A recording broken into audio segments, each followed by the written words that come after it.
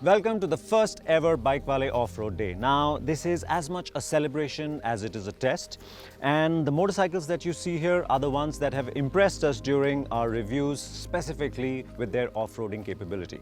But we thought it was time to take it to the next level, to do something more scientific, something more serious, something that will bring out the highlight of their off-roading ability even more. And since we're at it, we thought we'll have some fun too. And so here we are at India's biggest, best laid out and truly well designed off-road or dirt park, which as it turns out is a fantastic training ground for all and sundry looking to polish their off-roading skills. Welcome then to the Big Rock Dirt Park. A little outside Bangalore, it is run by one CS Santosh. Yes, the same guy who was the first Indian at the Dakar and is still doing wonders at the world's most gruesome event. And it goes without saying that he has won every off-road event of any significance in India. I mean, just look at those trophies. Now, let's get back to the task at hand, which is to ride these lovely motorcycles. But before we do, let's quickly introduce them to you.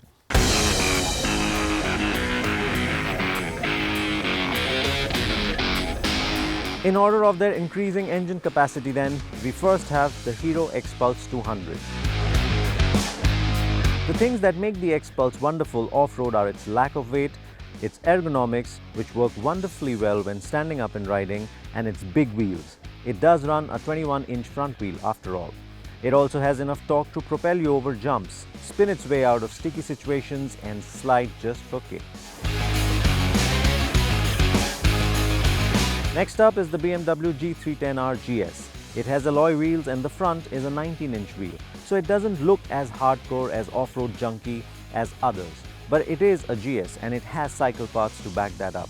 The suspension has both travel and good bump absorption. It has the ergos for standing up and riding, and it has enough grunt to take off from a log as if it were jumping a ramp. And most of all, it feels built to take all the pounding and off-road ride dishes out. Now, speaking of taking a pounding, if there was ever a motorcycle in India that looked like it was designed for it, the Royal Enfield Himalayan would be it.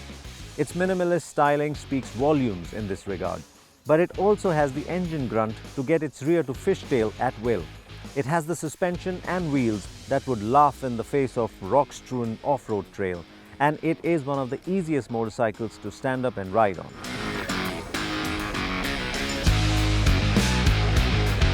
Next up, we have the Suzuki V-Strom, and with it, we are now moving into the wonderful world of multi-cylinder engines. And yes, electronic riding aids as well. The V-Strom is the only motorcycle here to run tubeless tires on spoked rims, a feature we absolutely love and adore. It also comes with a traction control system, which can be turned off for some showboating slides.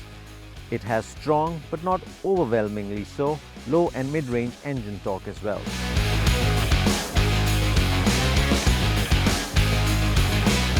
The Triumph Tiger 800, especially in this XCX trim, takes the electronic riding modes to a whole new level. It comes with two riding modes dedicated specially to off-road. It's called Off-Road and Off-Road Pro. One can play around with the traction control and ABS settings on the motorcycle to get better purchase in changing off-road conditions as well. And of course, it has a 21-inch front spoked wheel, crash protection, and loads of ground clearance and suspension travel.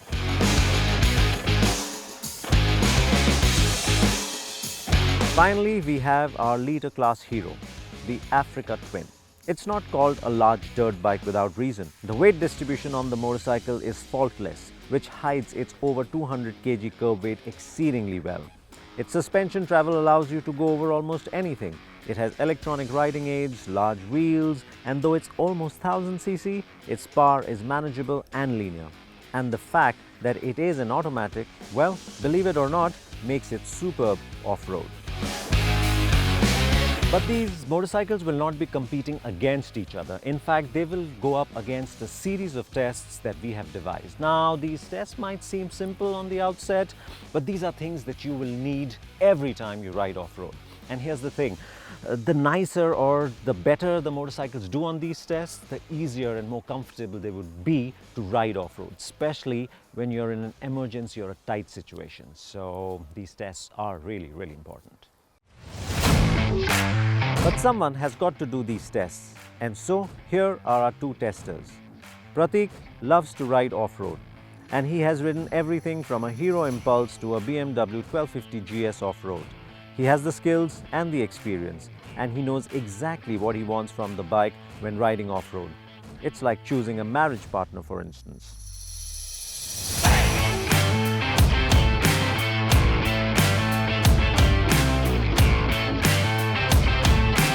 Neil is our second tester today. He is our track day protege. But when it comes to off-road, his tally of having ridden the slippery, rocky, slow and heavy route, well, adds up to a sum total of 1. He has no clue what he wants from a motorcycle when riding off-road, so for him it's more like a blind date.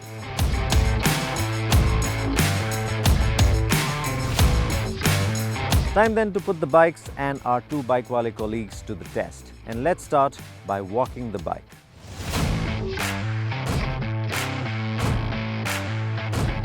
The idea here is to walk with the bike instead of pushing it. The rider must use the engine drive to move the bike. And to make it easier for the rider to perform this, it should be easy to both modulate the clutch and find the motorcycle's balance point. So it was quite easy to walk with the bike because I think one of the main advantages of the bike is it's so light, and plus the light clutch does a good job. The only problem I have with the clutch is that it engages a little late, but once you find that point, you just manage, it's easy to manage. Other thing which I have a problem with is the way the center pegs are positioned too high, so it keeps hitting your shin. If you're not very careful with it, then you might feel very uncomfortable. The clutch engages very late, and when I'm walking the bike, the throttle feels a little choppy. Okay. And also I found that the foot peg gets in the way when you. It does feel a little. You require a little effort, and then again the footrest and the clutch, it actually. So it wasn't too bad to walk with the G3 and GS. It's nicely balanced, it's easy to just take through the cones. Only problem I had faced is because I'm 6'2" and because the handlebars are slightly lower, so I had to bend a bit. And that made me a bit uncomfortable while. And the foot peg position, it's good. It doesn't come on the way when you're walking with it. Throttle was good. The clutch I had to use a lot of effort. The clutch engages way too early, so it's difficult to modulate it. The foot peg doesn't intrude, but the side stand does. And it's easy to move around, so the weight is not an issue. I had little issues while steering the motorcycle, maybe because it's slightly front heavy, so that along with a heavy clutch, you just have to put a little more effort. It gets through the cone easily, but as compared to the other bike, it just doesn't feel natural. You just have to put slightly more extra effort. And the foot pegs, in the beginning, it did come into the picture, but once I started going through other cones, I figured out a way to not get on the way. The clutch and throttle modulation was easy, but the only thing I found was that it's a little. I found it front heavy. The foot peg doesn't get in the way as much.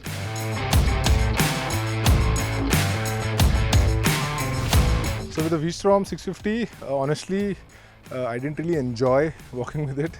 The main concern is the main stand, which just kept hitting my boots. But on the positive side, the really light clutch and the throttle modulation, it made my life easy. But again, that kept hitting my boots, and that it almost panicked me. The weight distribution is slightly on the heavier side. You can feel the weight, but it's just a matter of getting used to it. So I was using the clutch all the time. I was not using the throttle at all, starting May. Then once I was ending it, I used it, but I didn't really, it was too short, I guess. The only thing I found was a little, front heavy. Everything else I really liked. And the foot peg also doesn't get in the way. Yeah, that's why I found the throttle a little easy to modulate.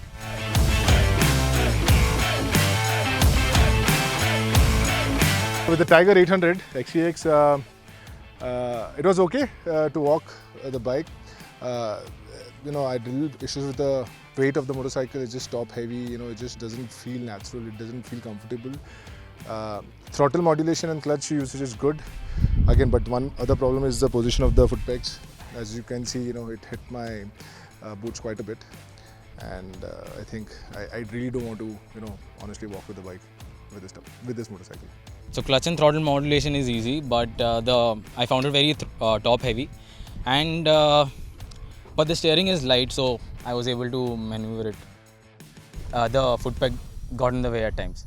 I thought it would. It being tall, the bike being tall, I thought it would make a difference, but it's not, since the steering is really light.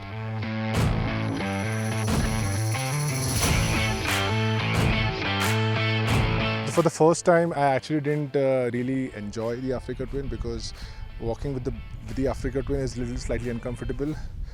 Blame the lack of clutch, because there's no clutch. You have to keep using the throttle, and the way the system has been designed, you have to keep giving, the throttle becomes choppy, and because of which you just keep moving front and back, and that spoils the overall weight distribution of the motorcycle while walking with the bike.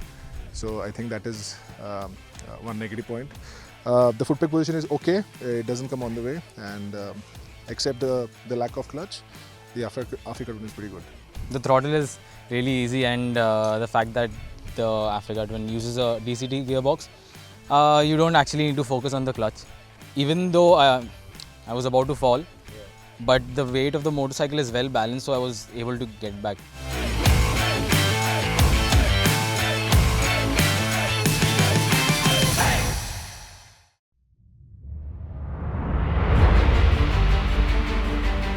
Imagine doing 60 kilometers per hour on the highway. Feels quite ordinary now, doesn't it? But now if I were to replace that dry, grippy tarmac with slippery, wet gravel, and that huge expanse of a highway with this narrow, tree-lined trail, does that still feel ordinary? It doesn't, right? And so if you are to come to a stop from 60 kilometers per hour on this surface, on such a setting, well, you need a motorcycle that doesn't just stop in the shortest possible distance. You need a motorcycle that also feels stable. You have great feedback from the brakes, and the ABS is really well calibrated to take on these slippery surfaces. Let's begin with the smallest bike here, the Xpulse. It only gets a single channel ABS, which means by default there is no ABS at the rear wheel. Pratik went first and liked the progression the front brake offered. He also thought the braking distances were short. The front ABS worked flawlessly, and even with the rear locked up, the bike never stepped out of line. Our rookie off-roader Neil, on the other hand, felt the rear brake could do with a little more bite, especially in situations where he didn't want to lock the rear. Stability-wise though, he had no issues.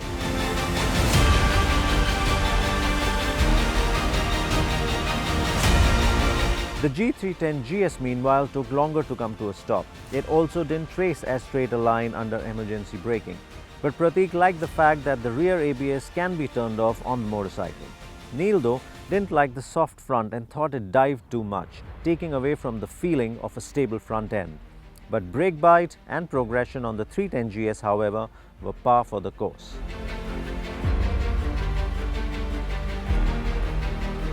One cannot turn off the rear ABS on the Himalayan, and Pratik found the ABS to be a bit too sensitive off-road. He expected better bite from the brakes too. Neil too wanted more bite from the Himalayan, but in terms of ABS functioning and the stability it offered on dirt, he had no complaint.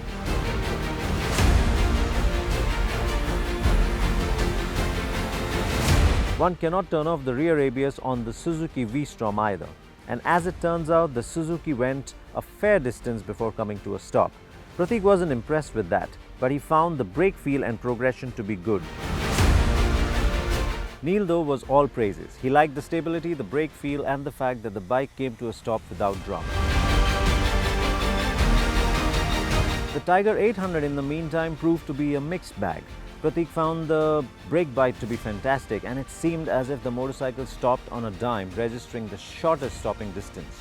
But no matter what mode one chose, the front end had a severe tendency to lock up, which wasn't to Pratik's liking.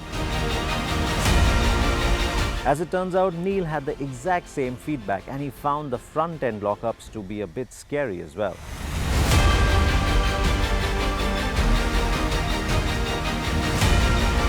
Finally, the Africa Twin. Prateek loved the brakes on the Honda. He liked the fact that there was no drama whatsoever when you got on the brakes hard, even with the rear ABS switched off. Africa Twin's braking distance was pretty short too. Neil too found the Africa Twin to be strong on the brakes, stable under emergency braking, and that it went about its business with the least amount of fuss.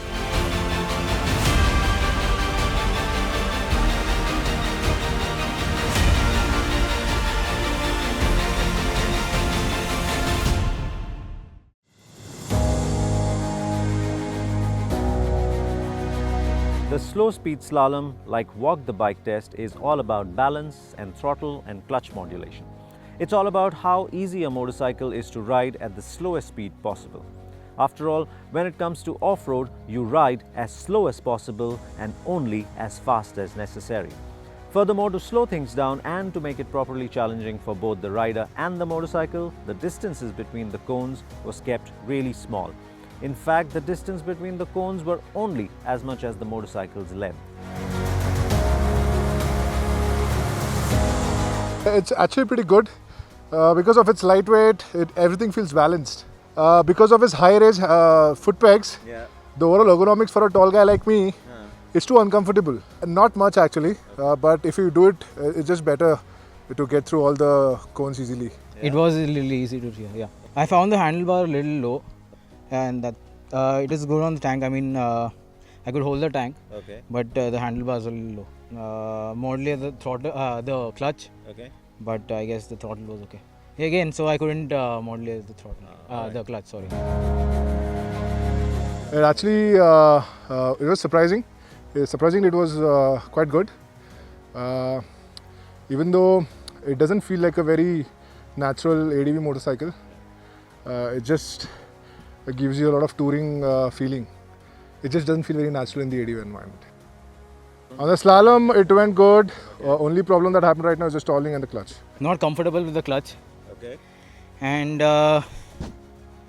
yeah, even if I would have stood up and rode, the handlebar again would be lower. The steering is light. It's okay. It feels a little heavy to just go from one side to another side. It feels a little easier because of the weight. Yeah, the problem here is because of the loose mud. It feels you have to slightly work harder on this motorcycle.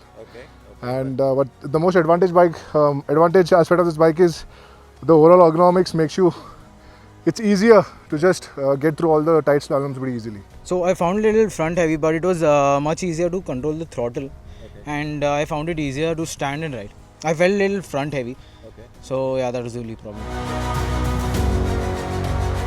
The weight balance is quite okay. It's actually quite good. The only problem I face is you have to put in slightly little more effort in steering the motorcycle. The effort to steer the motorcycle and the clutch usage and the modulation of the throttle, it's just too much for some tight slalom like this. So you just have to put extra effort every single time. So I found it a little front heavy and a little difficult to steer. It's decent. The only problem which I had is when you're about to lose control, because of its top heavy nature, it just doesn't give you more control. It just goes off. But it gives a lot of space to change your ergonomics, stand-up riding, plus a lot of ways to grip the tank. It actually doesn't. It's neutral. I was expecting it to feel a little lighter, but I think it's because of the monsoon conditions. It's feeling a little neutral. I could modulate the throttle and clutch properly, but I only found it a little top heavy, so it was a little difficult moving it around.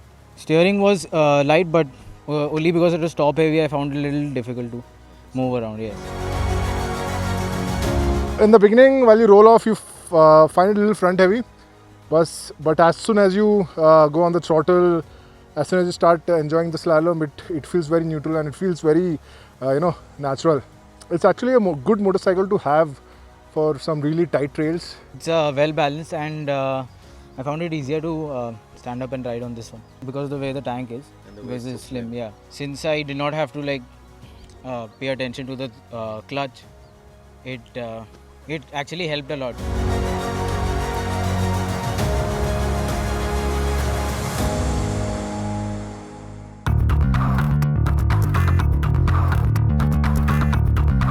There are two ways to get past an obstacle. You can be a sissy and skirt around it, or you can be brave and macho and a bit foolhardy and hop over it. We preferred the latter for our test. Pratik ventured out on the Xpulse first and he found that the Hero could easily manage to log hop. Even though it is the least powerful motorcycle here, he did however say that stand-up ergos for taller riders is uncomfortable on the Xpulse. Neil obviously had no such issues. In fact, he found the lighter weight of the Xpulse a boon when it came to jumping the logs.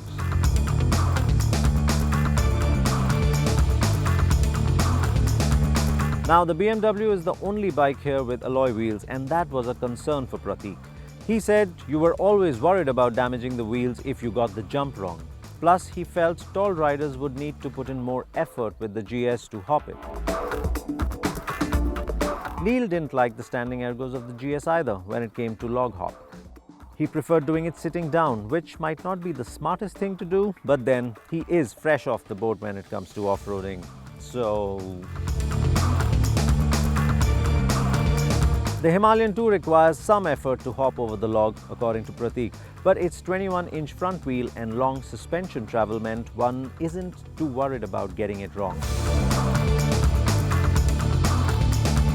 Neil had no trouble jumping the Himalayan either, but he felt the front-heavy nature of the bike meant he had to pull on the handlebar a wee bit more than he would have liked.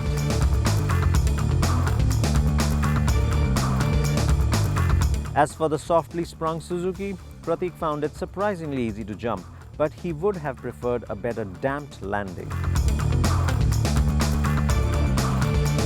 Neil too found the V-Strom effortless on the jumps, but again, he too wasn't very happy with their soft rear suspension setup, which he felt bottomed out a bit too early.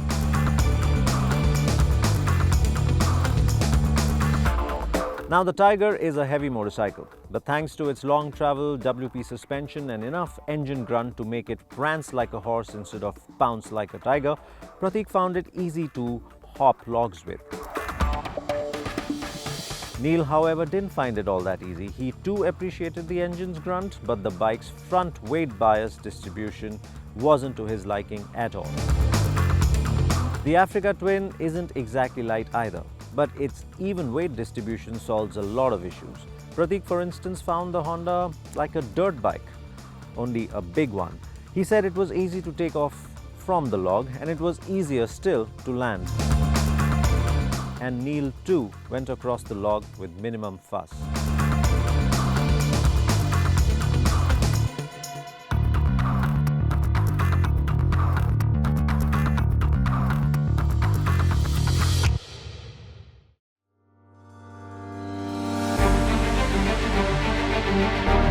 Be it on the road, on a racetrack or on a dirt track. If you like riding motorcycles, chances are that you love cornering as well. Now on dirt, the same rules of cornering apply, only things are slipperier and more challenging. And therefore, you need a motorcycle that's even more capable. Having a light motorcycle which you can dab back up without breaking your leg is a big plus. And that's exactly what both Pratik and Neil experienced with the Xpulse. In fact, both of them chose to corner it sitting down, like you would a dirt bike, and both seemed pleased with their efforts. The G310 GS is comparatively heavier, but its weight wasn't the problem according to Pratik. It was its soft front end which made it difficult to negotiate fast and slippery corners. Neil too found the GS too soft and wallowy, but he was happy with the bike's torque pulling out of corners.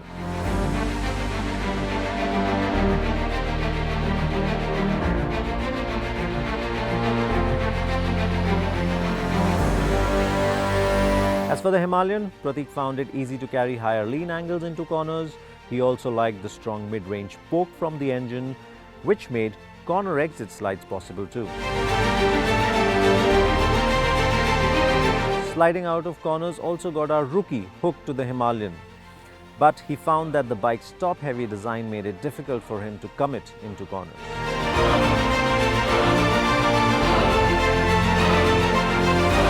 The Suzuki manages nice slides out of corners too, says Pratik, but he found it a little difficult to lean due to its heavy front. Well, as it turns out, Neil had the exact same thing to say. He found the bike had enough power to get the tail out, but its front-heavy nature made it difficult to steer aggressively into a corner.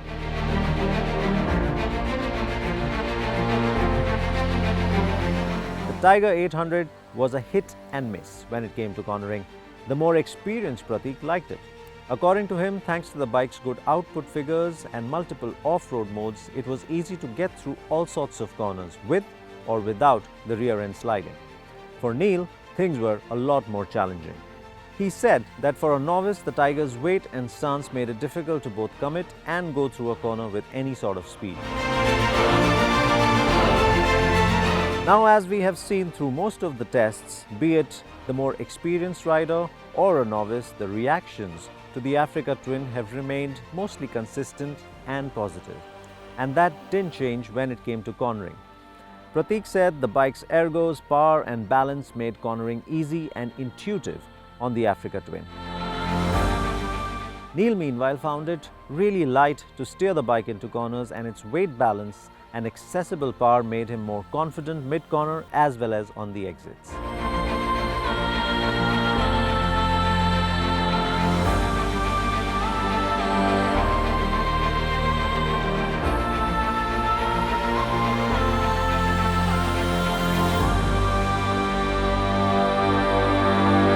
So we've told you how these motorcycles feel when it comes to the fundamentals of off-road riding, and we've done that from the perspective of an off-roading riding enthusiast and an off-road rookie. So that would mean it's time for me to deliver the closing statement and be done with it. But come on, I haven't come all this way just to, look pretty and deliver a few anchor links. I want to ride.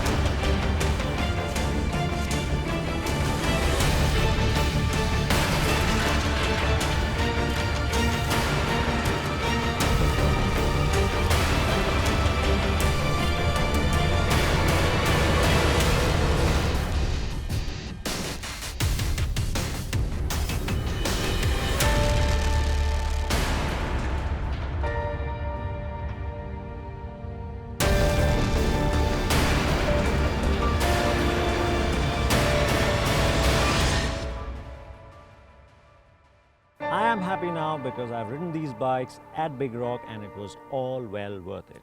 Now, getting back to business, and through all our tests, one thing really came out. Now, it didn't matter whether you're a, like an expert off-road rider or a novice. What you want off-road is an easy to ride motorcycle. And no wonder, Himalayan is what both Pratik and Neil chose as their favorite for most of the tests. Now, the Xpulse and the GS, they came close. The Xpulse for its lightness and GS for its grunt, but the Himalayan just marriages all of that really well. It's not very heavy, it's got the grunt, it's got a really light steering, it's got fantastic ergos to stand up and ride, and it's well balanced. The only issue with this motorcycle for our testers was the heavy clutch pull, but that apart, the Himalayan really works well off-road. Now, among the bigger bikes, the more experienced Pratik chose the Africa Twin as his favorite through most tests, if not all. And it didn't matter that it is an automatic and it is more technical to ride. But when you start pushing off-road, that's when this motorcycle really comes into its own. It does whatever you ask of it, and if you know how to ride off-road, this really works well.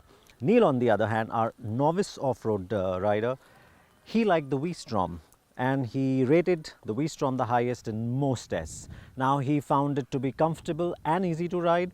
He liked the fact that the clutch is light and it's easy to modulate. The throttle, again, not the power delivery isn't exactly, it doesn't hit you, it's progressive, so you can use it better. And he liked the weight balance. But that doesn't mean that the Triumph Tiger 800 was the stepchild. It is very capable off-road, but it is an acquired taste. So if you're fresh or new to off-roading, you won't immediately take to it because it requires some getting used to and some amount of skill to really enjoy it. Now, these were the 6 bikes. We really had a whale of a time here. I hope you had too watching it.